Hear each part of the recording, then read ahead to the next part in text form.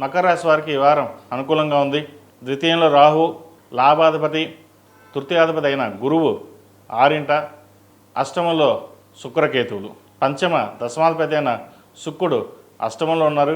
కొన్ని పనులు నిదానంగా సాగడం లేదా అప్పటికప్పుడు పూర్తవడం జరుగుతుంటాయి.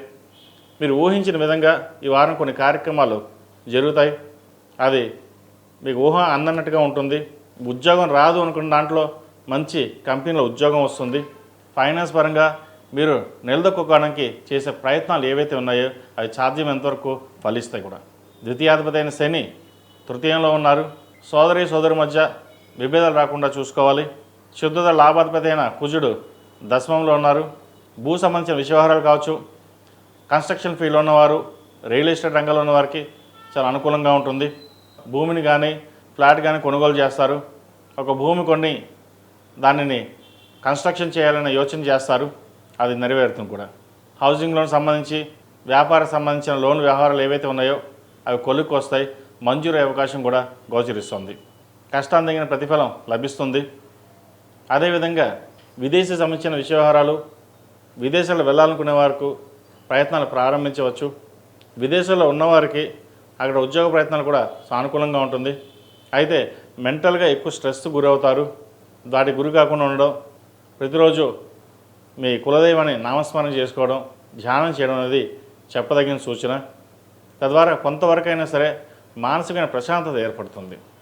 ఇన్నాళ్ళు కష్టపడ్డాం, ఏ నర్సన్ అయిపోయింది, అయినా సరే ఇబ్బందులు పడ్డాం, కానీ ఇప్పుడు కూడా అలాగే ఉంటుందన్న భావన మీకు ఏర్పడుతుంది. ఎటువంటి భయాందోళనలు లేకుండా ముందుకు వెళ్ళండి. కొన్నిసార్లు మనం ఎటుపోతున్నామో, మనం కరెక్ట్గానే వెళ్తున్నామా లేదా అనే భావన కూడా ఏర్పడుతుంది. ఆరోగ్యరీత్యా కొన్ని జాగ్రత్తలు తీసుకోవాలి. అష్టమంలో కేతువు కాబట్టి స్కిన్కి సంబంధించినవి, అదేవిధంగా కడుపు నొప్పి సంబంధించింది, డైజెషన్ సంబంధించిన, అసిడిటీకి సంబంధించిన విషయాల్లో కొన్ని జాగ్రత్తలు తీసుకోవాలి. సమయానికి నిద్రపోవడం, సమయానికి ఆహారం తీసుకోవడం కూడా చెప్పదగిన సూచన. ఈ రాష్ట్రంలో మించిన విద్యార్థులకు కాలం అనుకూలంగా ఉంది. విదేశీకి సంబంధించిన విషయ వ్యవహారాలు అనుకూలంగా ఉన్నాయి. ముఖ్యంగా వైద్య వృత్తుల వారికి కాలం అనుకూలంగా ఉంది. వివాహ సంబంధించిన విషయ వ్యవహారాల మటుకి అంత అనుకూలంగా లేదు. ఏదైనా సంబంధాలు వస్తే 1-2 సార్లు పరిశీలించుకొని బ్యాక్గ్రౌండ్ చెక్ చేసుకున్న తర్వాత ముందుకు వెళ్ళండి. ప్రస్తుత కాలమాన ప్రకారం సంబంధాల విషయంలో కాస్త గందరగోళం ఏర్పడుతోంది.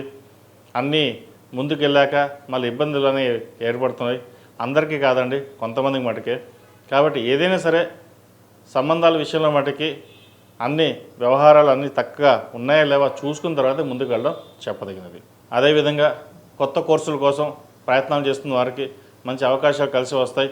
మీ టెక్నాలజీని అప్గ్రేడేషన్ చేసుకోవాల్సిన సమయం ఏర్పడింది కాబట్టి వాటి మీద దృష్టి సారించండి. ఏదైనా సరే మల్టీ టాలెంటెడ్గా ఉండడం చెప్పదగినది. ఒకదాని మీద స్ట్రక్ అవ్వకుండా దానికి సంబంధించిన టెక్నాలజీ ఏదైతే ఉందో దాన్ని అప్గ్రేడేషన్ చేసుకోండి. తద్వారా మంచి అవకాశాలు కలిసి వస్తాయి. ఇటు ఉద్యోగంలోనూ అటు వ్యాపారంలోనూ వ్యాపార వృద్ధి చక్కగా ఉంటుంది. ఈ రాశిలో జన్మించిన స్త్రీలకు వృత్తి ఉద్యోగాల పరంగా, వ్యాపార పరంగా అనుకూలంగా ఉంటుంది. నూతన అవకాశాలు కలిసి వస్తాయి. వివాహానికి సంబంధించిన విషయవహారాలు కూడా వీరు సానుకూలంగా ఉంటుంది. ఆరోగ్యం కాస్త జాగ్రత్తలు తీసుకోవడం చెప్పదగినది. అదేవిధంగా తల్లిదండ్రుల ఆరోగ్య విషయంలో కూడా కొన్ని జాగ్రత్తలు తీసుకోవడం చెప్పదగిన సూచన.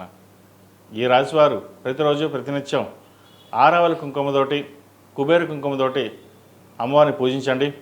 శరన్నవరాత్రులు ప్రారంభం కాబోతున్నాయి కాబట్టి మనం సాధ్యమైనంత వరకు అమ్మవారి ధ్యానం చేయడం, నామస్మరణ చేసుకోవడం వల్ల మరిన్ని మంచి ఫలితాలు సంప్రాప్తిస్తాయి. ఈ రాశిలో జన్మించిన వారికి కలిసి వచ్చే సంఖ్య 7, కలిసి వచ్చే రంగు ఎల్లో. ఏదైనా పని మీద బయటకు వెళ్ళేప్పుడు సోమవారం కానీ శనివారం అడిగిన వెళ్ళండి, మంచి ఫలితాలు సంప్రాప్తిస్తాయి. ఈ పూజా స్టోర్.in పసుపు కుంకుమ నుంచి దేవతా విగ్రహాల దాకా అన్ని రకాల పూజలు, వ్రతాలు, వివాహం, గృహప్రవేశం, హోమాది శుభకార్యాలకు కావలసిన పూజా సామాగ్రి అంతా ఒక్క క్లిక్తో మీ ఇంటి వద్దకే. నేడే ఆర్డర్ చేయండి మీ ఈ పూజా స్టోర్.in లో. One stop for all pooja needs.